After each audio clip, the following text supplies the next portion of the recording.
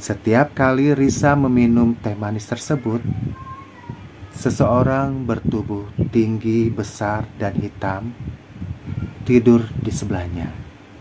Kejadian ini terus berlangsung, terjadi dan terjadi ketika Risa minum teh atau juga kopi bekas sesaji yang disediakan kakaknya.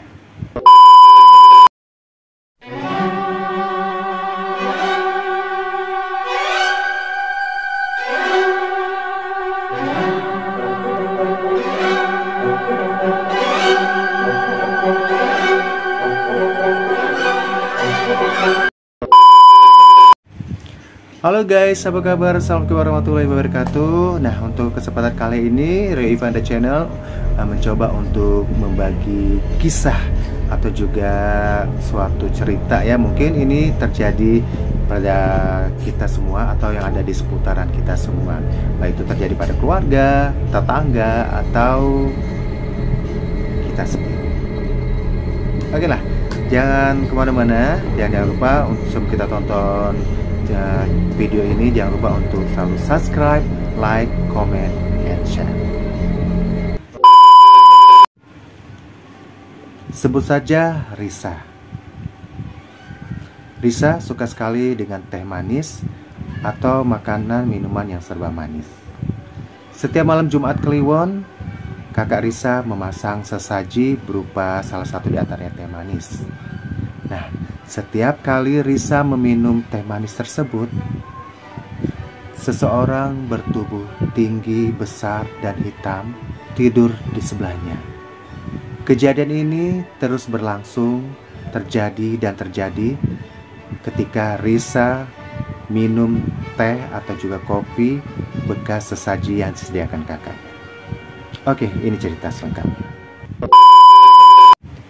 Kala itu kakak Risa mengontrak di salah satu rumah Taman Pemakaman Umum (TPU) yang ada di kotanya. Rumah itu kecil, hanya mempunyai satu kamar, dindingnya terbuat dari bambu dan juga bolong-bolong. Kakak Risa merupakan keluarga baru dan ia belum mempunyai anak. Risa dan Nia sepupunya tinggal bersama kakaknya di tempat itu. Kala itu Risa masih berumur 13 tahun. Kira-kira masih SMP lah ya.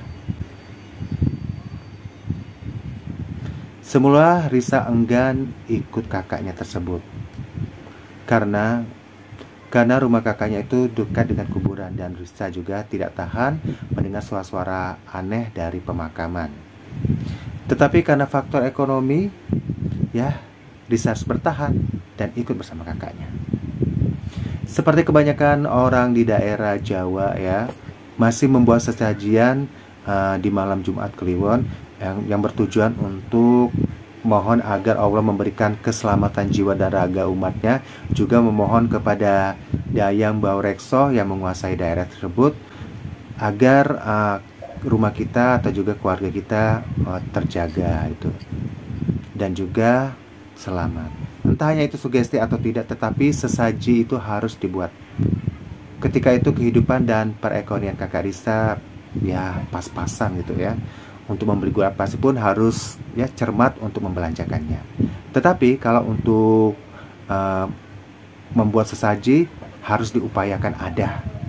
Ketika malam Jumat tiba, kakak Risa membuat sesaji, yaitu berupa kopi manis, kopi pahit, teh manis, teh pahit, dan juga lengkap dengan air putih yang diisi bunga setaman atau juga bunga 7 rupa.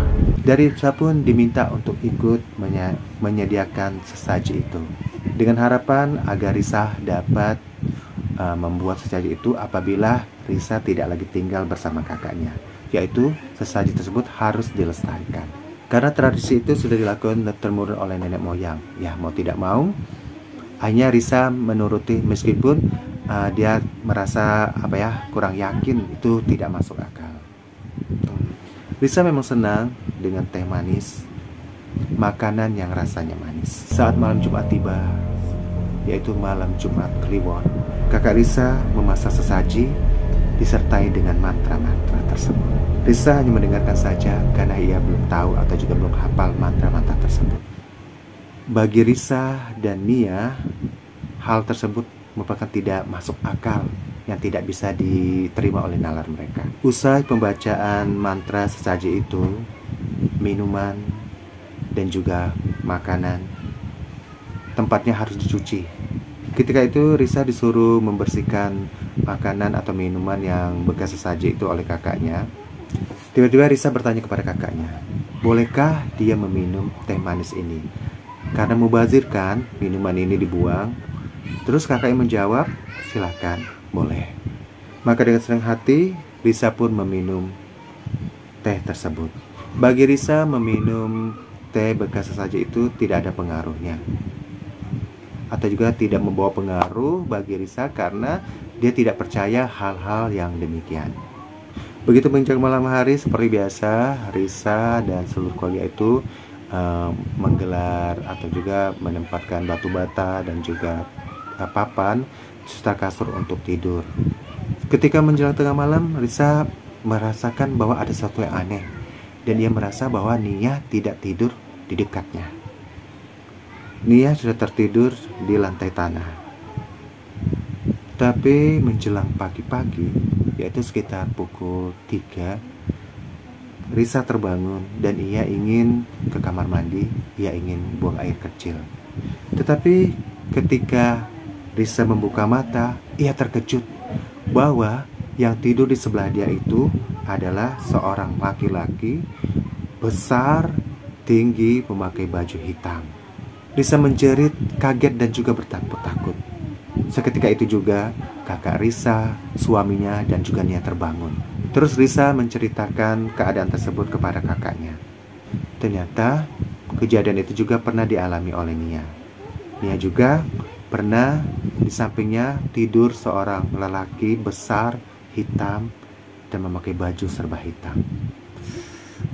Merinding sekali. Terus kejadian itu mereka lupakan. Dan mereka berdua tetap terbiasa meminum teh manis atau kopi bekas sesaji itu dengan pertimbangan sayang kan kalau dibuang. Tetapi anehnya setiap mereka minum kopi atau teh manis tersebut, malamnya mereka pasti didatangi oleh makhluk bertubuh besar itu. Dan peristiwa itu terulang lagi.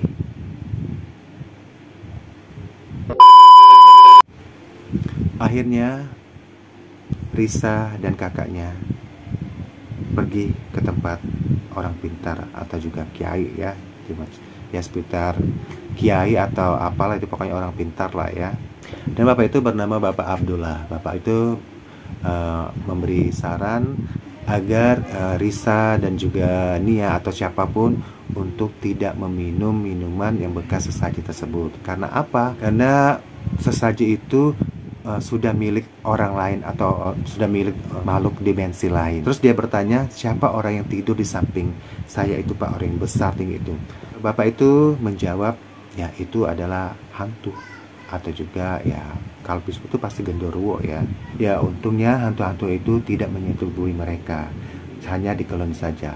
Kenapa kalau sampai terjadi? Ya mungkin karena pada waktu itu kan si Risa sama si Nia kan masih kecil ya, masih ya ABG gitu ya. Hantu itu tidak tega melakukan perbuatan yang tidak terpuji. Peristiwa ini terjadi terulang lagi ketika mereka minum teh manis. Anda bisa menarik kesimpulan dari cerita ini. Cerita ditiduri hantu gara-gara minum minuman bekas sesaji. Waduh, ngeri ya. Nah, kita bisa ngambil pelajaran juga ya, kalau misalnya sedang bekas sesaji itu tidak boleh kita minum. Ada yang bilang bahwa bekas sesaji itu kalau kita minum atau juga kita makan, makanan itu nggak terasa manis lagi, atau juga rasanya udah hilang karena udah diserap oleh makhluk atau dimensi lain. Oke, untuk Anda yang suka dengan cerita ini, jangan lupa untuk subscribe, like, comment, and share. Dan saya akan memberikan cerita-cerita lain. Oke, ditunggu aja video ini. Saya Rifanda undur diri. Wassalamualaikum warahmatullahi wabarakatuh.